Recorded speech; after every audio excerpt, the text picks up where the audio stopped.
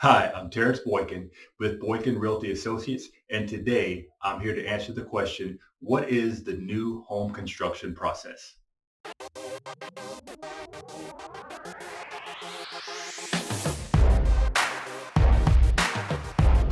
One of the reasons buyers come to me is that they're living in a home they really don't love.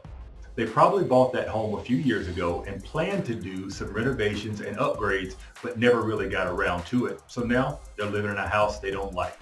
My goal today is to explain the new construction process so you can move into the home that you and your family will love.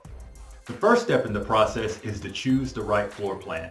A lot of buyers come to me and they know how many bedrooms they want, how many bathrooms they want, and the approximate square footage. But there are a lot of other issues and choices that come into building a home. Do you want a master bedroom upstairs or downstairs? Do you need a formal dining room, or will an eat-in kitchen work for you? Do you need to plan for future people visiting with mobility issues? These are just a few of the things you'll need to think about before finding that perfect plan. And once you sit down with the builder, if they don't have the perfect plan for you, I recommend shopping around to other builders before you settle. The next step is sitting down with the builder to tailor that floor plan to fit your family's exact needs. You can do things like adding a powder room downstairs, making a pantry larger, or even bumping out bedrooms. You'll also pick what the outside of the house looks like. That's called the elevation. One tip is to make sure you decide on all these changes up front before the builder sends that design to the architect. Because oftentimes, if you make changes after the architect and engineer have approved it, there will be change fees. The third step is choosing the trim, hardware, and paint you want in your new house. You'll usually do this by going to the Builder's Design Center. These meetings take about 4 hours. With a custom build, you may want to schedule this as 2 meetings because there'll be a lot more decisions to make. And I'll tell you, these decisions can be a little overwhelming. So I really recommend that before you go to the design center, you get a firm budget so you know exactly what you'll be able to spend so you don't break the bank at the design center. Step 4 is once the construction actually begins. Once the design has been approved by the architect and the engineer, and the builder has gotten his builder permits, construction will start, and you'll have at least 4 meetings with the builder during this process. The first meeting is the pre-construction meeting. This is when you will go to the site, the builder will show you the basic layout and flow of the house, and he'll give you a build timeline. The second meeting is the drywall meeting. This is where the builder will show you again the basic layout of the house. He will also show you the works of the house. This is really important. These are things that you normally don't see because of sheetrock.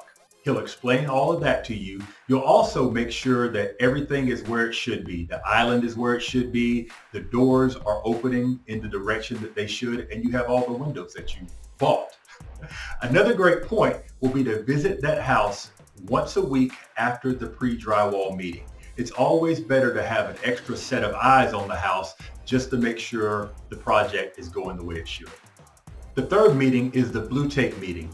This is where you'll go through the house and literally put blue tape on any imperfections you see.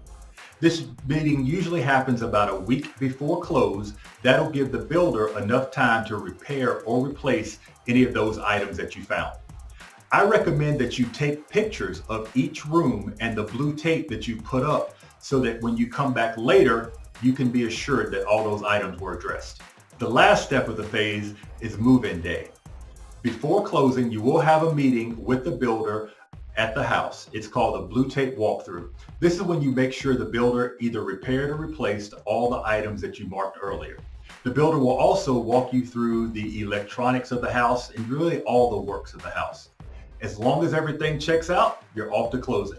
You will have one more meeting with the builder a year after you've lived in the home.